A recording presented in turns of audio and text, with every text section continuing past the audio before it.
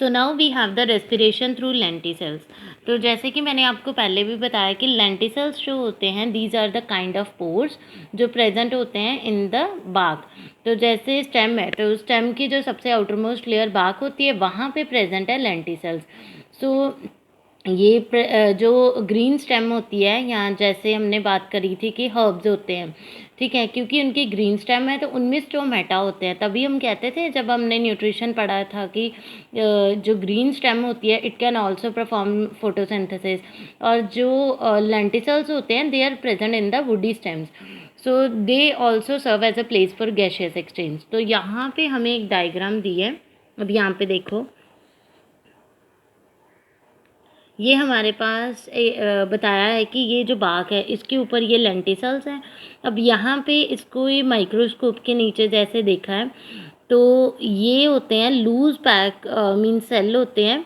तो यहाँ पे एक पोर है, तो पोर से क्या हो रहा है कि ऑक्सीजन अंदर जा रही है स्पेसेस में, मीन्स इंटरसेलुलर स्पेसेस में। पहले तो ये सेल्स में नहीं ना गई, इंटरसेलुलर स्पेसेस में, और बाद में और जो कार्बन डाइऑक्साइड प्रोड्यूस कर रहे हैं ये सारे सेल्स, ये पहले आ जाती है इंटरसेलुलर स्पेसेस में और फिर बाहर चली जाती है। सो इन दिस वे कि जो हमारी बाक होती है वुडी बाक, उसमें थ्रू डिफ्यूजन प्रोसेस क्या हो रहा है कि एक्सचेंज ऑफ गैसेस हो रहा है। So then we have respiration through general surface of the root. अब जैसे रूट है तो रूट्स का जो जनरल सरफेस ही होता है वहाँ से क्या होता है कि पूरी की पूरी रेस्पिरेशन होती है। अब जैसे आपने सुना होगा कि पहले कहते हम सुनते हैं ना कि प्लॉइंग करने से और टिलिंग करने से जो सॉइल के पार्टिकल्स होते हैं उसमें अच्छे तरीके से एरिएशन हो जाती है। अब होता क्या है कि जो सॉइल होती है ना उसमें दो तरह के पार्टिकल्स होते हैं जिन्हें हम बोलते हैं मैक्रो पार्टिकल्स और माइक्रो पार्टिकल्स। तो जो सॉइल के मैक्रो पार्टिकल्स होते हैं ना बड़े वाले, उसमें होता है एयर, और जो छोटे पार्टिकल होते हैं ना माइक्रो पार्टिकल्स, उनमें होता है वाटर।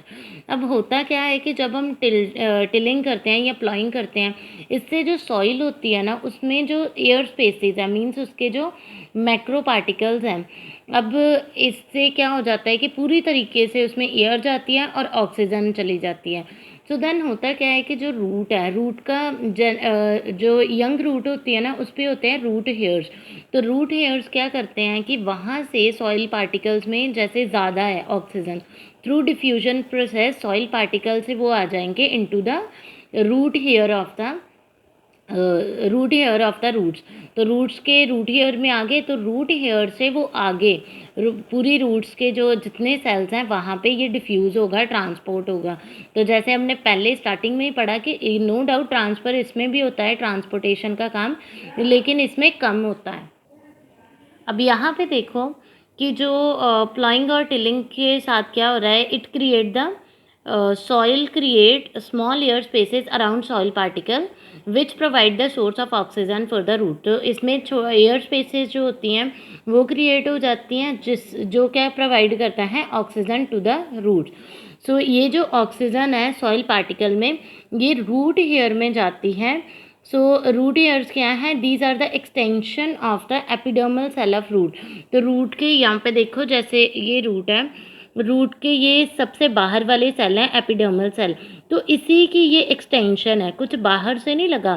सेल का जैसे प्रोटोप्लाज्म होता है ना, सेल मेम्ब्रेन और उसका प्रोटोप्लाज्म है जो, तो वही एक्सटेंड हुआ है। So this is the extension of epidermal cell. अब इससे क्या हो रहा है कि जैसे ये सॉइल के पार्टिकल्स हैं ये वही शो कर रहे हैं, तो इनमें ऑक्सीजन का कंटेंट ज़्यादा है, तो ऑक्सीजन आ रही है इसमें, और यहाँ पे ऑक्सीजन कार्बन डाइऑक्साइड का कंटेंट इसमें ज़्यादा है, तो कार्बन डाइऑक्साइड रूट हेयर से बाहर की तरफ जा रही है। तो यहाँ से क्या होगा, वंस जो सेल्स यहाँ पे एक ही सेल में शो करा है ना एपिडर्मल हेयर, और ये एक सेल में नहीं होता, नंबर ऑफ सेल्स में होता है, तो उससे क्या होता है कि बाद में पूरी की पूरी रूट में ये ट्रांसपोर्ट हो जाता है। तो यहाँ पे देखो this oxygen present between the soil particle diffuse, तो ये भी डिफ्यूजन से होता है इनटू रूट हेयर। सो उसके बाद क्या होगा कि रूट हेयर में जो ऑक्सीजन है वो डिफ्यूज़ हो जाएगी into other cell of the root.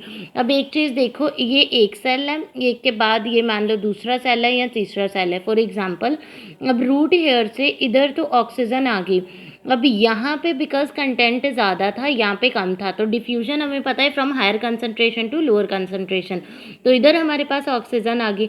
अब इसके बाद क्या हो रहा है, इन सेल्स में कम है, तो ये सेल अब हायर कंसंट्रेशन पे है ना, जो सेल परफॉर्म कर रहा है, तो इस सेल से नेक्स्ट वाले तक जाएगी। This is also through the process of diffusion. अब यहाँ पे यही बोला ना, oxygen diffuses into other cell of the root, so this also occur with the help of diffusion, because अब यहाँ पे ज़्यादा है, यहाँ पे कम है, तो फिर यहाँ पे जब आ जाएगी, इसमें ज़्यादा होगी, इसमें कम होगी, तो यहाँ से ऐसे ये डिफ्यूजन के प्रोसेस के थ्रू आगे आगे ट्रांसपोर्ट हो ही जाएगा। तो अब जो ओल्डर रूट्स होती हैं वहाँ पे रूट हेयर्स नहीं होते। रिमेंबर दैट, एनटीएससी के लिए भी इम्पॉर्टेंट है। कई बार हमें पूछ लिया जाता है कि जो ओल्डर रूट्स होती हैं उसमें जो एक्सचेंज ऑफ गैसेज है वो कैसे होता है। तो उनमें लेयर होती है डेड सेल की, which is protective in nature and includes small opening lenticel. तो जैसे हमने स्टेम में पढ़ा था ना कि इसमें लेंटिसल्स होते हैं, यहाँ पे स्टेम में पढ़ा था, तो इनके केसेस में क्या होता है कि रूट जो हमारे पास ओल्डर रूट होती हैं उसमें भी एक डेड सेल की लेयर होती है। डेड सेल वो होते हैं जिसमें अंदर प्रोटोप्लाज्म नहीं होता, तो डेड सेल की लेयर होती है जो प्रोटेक्टिव भी है नेचर में, और उसके बीच में स्मॉल ओपनिंग है, और उन ओपनिंग्स को बोलते हैं हम लेंटिसल्स। तो अगर ऐसा क्वेश्चन आता है तो दैट मीन्स कि जो ओल्ड स्टेम है that respire with the help of lenticels, तो वहाँ पे लेंटिसल्स होते हैं। तो लेंटिसल जो हैं these also provide the source also provide the site for exchange of gases. So these are used for gaseous exchange between soil and the inner living cells. तो इससे भी क्या होता है कि जैसे सॉइल है, सॉइल और जो अंदर लिविंग सेल है उनके बीच एक्सचेंज करने में ये हेल्प करता है। अब यहाँ पे एक आपको दिया है स्पायरोगायरा की भी एग्जांपल। सो स्पायरोगायरा जो होता है that is filamentous alga. Filamentous मतलब जो फिलामेंट लाइक स्ट्रक्चर बनाता है, तो इसके सेल ऐसे एडजस्टेंट होते हैं सीधे सीधे। तो इसका जो पूरा का पूरा सरफेस होता है ना, जैसे हमने अमीबा में पढ़ा था, तो अमीबा का पूरा ही जो सरफेस होता है that help in exchange of gases, क्योंकि पूरा का पूरा सरफेस ही जो है वो इन्वायरमेंट के कांटेक्ट में है। तो उसी तरह जो स्पायरोगायरा है ना, exchange gases throughout the whole surface, तो इसका पूरा का पूरा जो सरफेस होता है that is responsible for exchange of gases. तो ये देखो, जैसे ये सेल है, तो बाहर सेल मेम्ब्रेन है, अंदर सेल वॉल होती है, देन न्यूक्लियस, यहाँ पे ये स्पाइरल क्लोरोप्लास्ट शो करा हुआ है। सो क्लोरोप्लास्ट है, तो इसमें क्या होता है कि फोटोसिंथेसिस होती है। तो इसी ये जो पूरा का पूरा सेल है, कहीं से भी ये, क्योंकि डायरेक्ट इन्वायरमेंट के कांटेक्ट में है, तो कार्बन डाइऑक्साइड बाहर आ सकती है और ऑक्सीजन अंदर जा सकती है। So this was about the through the whole surface of the plant, alga, as we know alga is also the primitive kind of plant।